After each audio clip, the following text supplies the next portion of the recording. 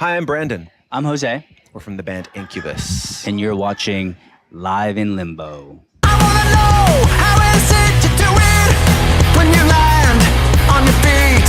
You're a nimble bastard, and you don't skip a beat. Such a nimble bastard song. Hey guys, it's Katrina here from Live in Limbo, here with Jose and Brandon from Incubus. Hello. Thanks so much for joining us today, guys. Thanks for Thank having you. us. So I just wanted to start off by congratulating you guys. 8 albums is a lot of albums, so that's amazing. Congratulations. Thank you. Yeah, and I was reading up that it's your 5th consecutive top 5 debut on the Billboard 200 charts as well, which is in itself a whole entire feat. Wow, is that real? That is real. It sounds good. That does I sound like it. good. It better be real, otherwise I just made up a fact. I don't want fake news happening there, you know? We'll take it. We'll take it anyways. You've never, if you did just make up a fact, this is a great time to do it because apparently it's not that big of a deal. That's true. Yeah, Well, it falls in that gray area That's true. zone. Alternative Yeah. truths. Yeah. So Sure. this is their 15th album, all of which have sold 3.5 billion records. Yeah. And a half. Yeah. I also just wanted to say thank you for naming it 8. As a journalist and as an interviewer, sometimes some albums come out with really long, hard to remember names or hard to pronounce names. And preparing for this one, 8 was just it's so perfect. So I appreciate it. It's economical. It is. It's symmetrical. We've had some of those albums that were like, what's it called? A little long-winded, maybe. Yeah.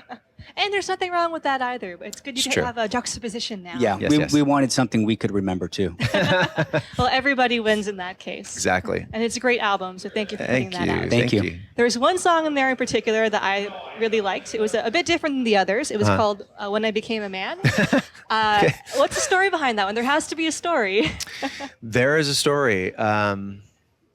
I don't know if it's a good story, but it's a story. I'll tell you. Okay, go for it. It was improvised. Cool.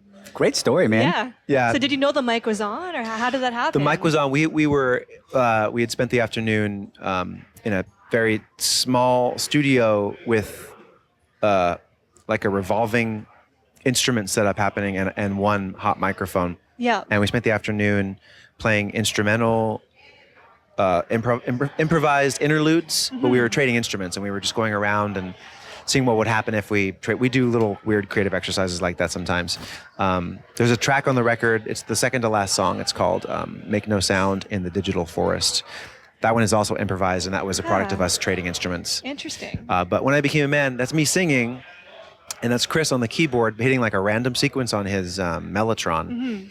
And in the beginning of the track, you can hear me reacting to the waltz thing that he played, and I get really excited, and I'm like, "Hooray! Like I know what to sing right now." I just sang the first thing that came out of my mouth, which is what you hear on the album. It's the most prolific piece on the record. It's the most thought. Yeah. It's There's the least- layers in there, you It's know? the least thought song we've ever put on a record. But sometimes that makes it the most thought. It's the most True. pure, you know? It is pure. Yeah. It had a place in the record, definitely. Pure Exactly. garbage. Yeah. It's Well, one man's trash is another man's treasure. true. that. True. We So just thought it was funny. There are other songs like this. Does that mean that there could be one day an album called 9 that's filled with all improvised material? We- a You la never this know. song? Every song starts as some level of improvisation because we just sort of like we just throw things out. You know what I mean? Like you start playing something, a chord combination that feels good to play, and it starts to make you feel good. And then as a singer, I just start to, I like sandwiches with mustard, no cheese, and it just like New single right there. that's I how called it. that's how songs happen. Yeah. Is just by giving yourself permission to just Yeah. kind of wander. Yeah. And But it's then- hard to let go sometimes. It's hard to get to the point where you allow yourself to wander. I highly recommend it to That's anybody. great advice. It is. Yeah, I didn't know how to write songs when we first started. Really? And I'm That just surprises me. kind of getting it figured out. Yeah. So I truly believe that anyone can learn how to draw or paint Yeah. or write a song. And some people are born knowing how to do it. Mm-hmm. I knew how to draw since I was a child, but I didn't know how to write lyrics. I didn't know how to sing either. Far from it. I just barked until I started to find a voice. Well, you're a very good learner then. I was a good barker. Can you confirm this? Is he just being modest, or is that the truth? I confirm this. Okay. What? I thought you always loved me. I'm just kidding. So you said in the beginning you didn't know how to write a song per se or how to sing per se. So what changed? No. Was there someone who helped you along the way or something you learned that changed things? Well, I was really speaking for myself when I say that, because I remember Jose always being good at the drums, and I remember Michael always being good at the guitar. And so they kind of had I think they were more naturally gifted in music than I was, but I was surrounded by music. My mom was a singer and a performer before I was born even. My dad was an actor as well as an engineer, but and I grew up in Los Angeles, so it's like you're kind of surrounded by these things.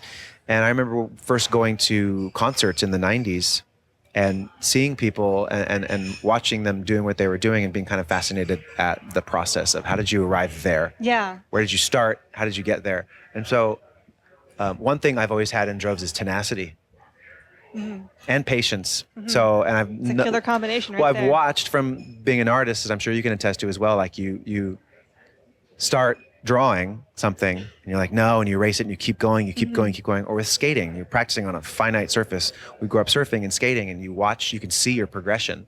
And so it gives you hope that you might be terrible one day, but if I keep doing that, maybe one day I could like do an ollie, or one day I could get a tube, or you know what I mean? So I felt the same thing was possible with music and even with singing. And so eventually I did find my voice. I think we, like the three of us, me, guitar player Mike, and Brandon, were the ones that have been in the band the longest. And I think we kind of all started pretty much at the same level too. We were just kids who were kind of bored. We were kind of entertaining ourselves. That's as far as the thought went, really. And I mean, over the years, we just got better little by little. At entertaining each other. Pretty much. And ourselves. Pretty much. Entertain the world as well. Right. And then that came into play, and we just got better at that. But so we kind of learned on the same level too, which I thought, I think, that kind of held us a little bit together too as a band. Well, I'm glad that you're being held together and that you're creating more albums for sure. Thank you. So I think this year is the 20th anniversary of your major label debut. Science. So Science, yeah. More big numbers. 8's a big number, 20 is a big number. Yeah. And speaking of science, a lot of things have changed in the industry over the past 20 or 26 years, and a lot of it has to do with technology. Yeah. I know you did a Incubus HQ Live one time, and that was a really cool project you put together. And technology has changed even more since then. Oh my God, yeah. So do you have any plans of doing any other technologically integrated art projects like that? We do, as a matter of fact. We're doing a thing called Tech Crunch. Have you heard of Tech Crunch? Yes. In New York in just a couple of weeks. And cool. Mike from our band has been working on an app of sorts called Mix Halo. And so we're kind of launching it there, and we're going to perform there. But Jose and I have been involved as sort of advisory members of this project as well, but it's definitely like a love child of Michael's, and we're super proud of him to see him venture off into these things. This band has always been traditional in the sense that it's 5 guys making music together, playing traditional instruments, but we've always been open to technology as an enhancement to these things. And I truly believe that. I believe in technology, but I do believe that technology should work for us. Yeah. And so I think as long as we keep some of these things into perspective, it can continue to be a wonderful thing. Yeah. As long as Skynet doesn't become sentient and kill the sky, Yep. and we have to. We can all hope. Future Brandon's son has to come back into the 20 teens and warn us. So future Brandon's son, this is something that you have to learn. Right. We will keep this tape for you to remember. Yeah. And when Skynet does happen, listen to the words of your father. Right.